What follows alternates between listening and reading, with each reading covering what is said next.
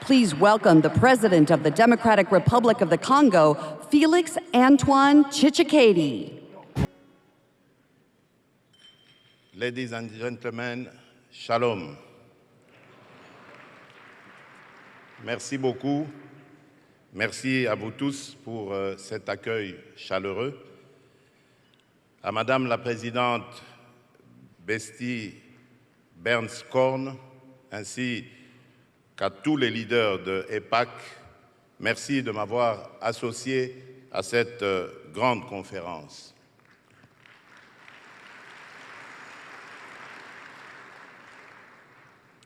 Je viens m'adresser à vous aujourd'hui, non seulement en tant que président de la République démocratique du Congo, un pays ami d'Israël, mais aussi en mon nom propre, car mon parcours personnel a fait de moi un grand ami du peuple juif et un fervent défenseur de sa cause.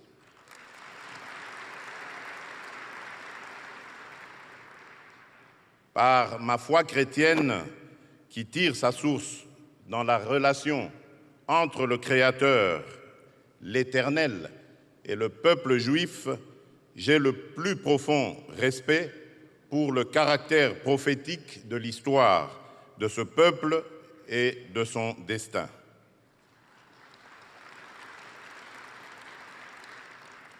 Boussole des nations et horloge du monde, Israël est au cœur de notre civilisation judéo-chrétienne. Vous comprenez donc mon attachement particulier envers la nation d'Israël, son peuple ainsi que la ville sainte de Jérusalem, selon qu'il est écrit dans le psaume de David, « Priez pour la paix de Jérusalem ».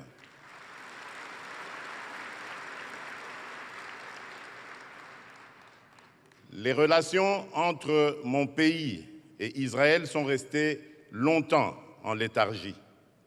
Nous avons pourtant d'énormes domaines de convergence, d'intérêt sur les plans sécuritaires, économiques, culturels et scientifiques.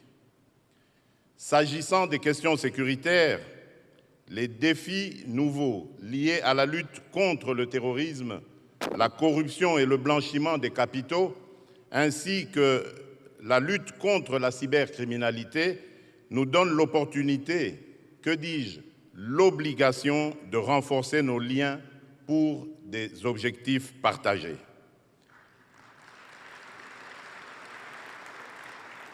Je désire tisser avec Israël des liens forts et une alliance dans laquelle mon pays sera une bénédiction pour la nation d'Israël, selon la promesse de l'Éternel qui dit à Abraham dans Genèse 12, verset 3, « Je bénirai ceux qui te béniront ».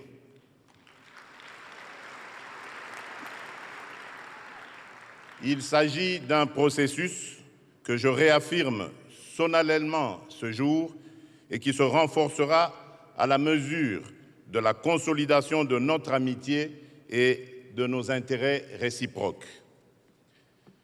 C'est dans ce contexte que je vous annonce l'arrivée imminente dans mon pays du grand rabbin Albert Guigui, qui viendra cette fois pour le renforcement de nos liens sur le plan spirituel.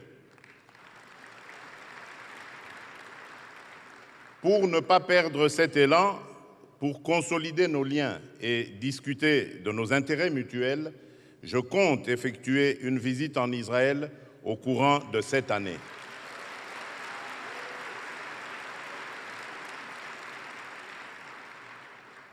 Aussi, après plus de 20 ans sans une représentation au niveau adéquat, je procéderai dans les prochains jours à la nomination d'un ambassadeur extraordinaire et plénipotentiaire auprès de l'État d'Israël.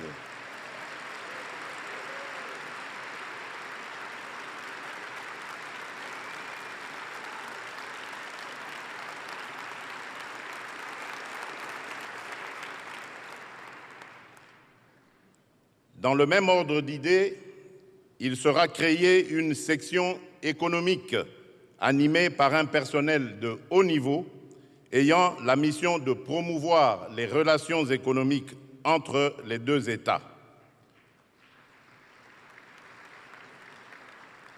Notre ambassade étant à Tel Aviv, je ne trouve aucun inconvénient à ce que la section économique soit installée dans la ville bénie de Jérusalem.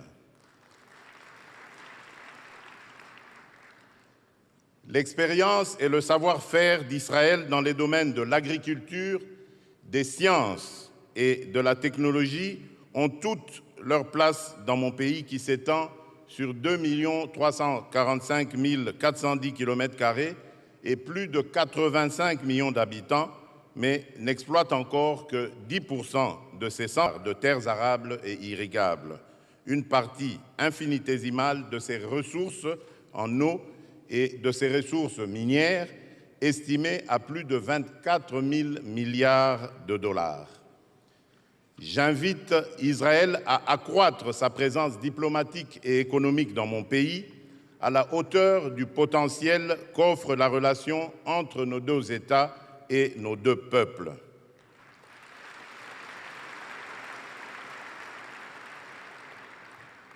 Depuis toujours, l'histoire d'Israël me fascine et m'enseigne, qu'il s'agisse du roi David, en passant par les premiers ministres Ben-Gourion et Golda Meir, Yitzhak Rabin et Shimon Peres, ou encore le général Moshe Dayan et tant d'autres héros de l'histoire humaine, cette nation est une source d'inspiration. Elle nous apprend ce qu'il est possible à l'homme de réaliser en peu de temps quand on a la volonté, la résilience et surtout la grâce et la faveur divine. Chers amis, je ne terminerai pas mon allocution sans féliciter le pays hôte de ce forum, les États-Unis d'Amérique, qui a toujours été une bénédiction pour le peuple d'Israël.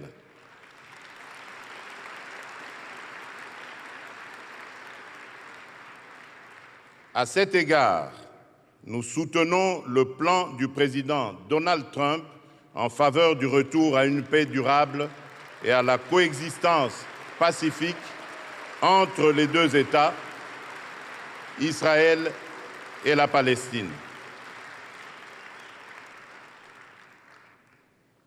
Enfin, je remercie mes frères et sœurs chrétiens évangéliques de ce pays qui, pour leur soutien indéfectible à la paix et la sécurité de l'État d'Israël.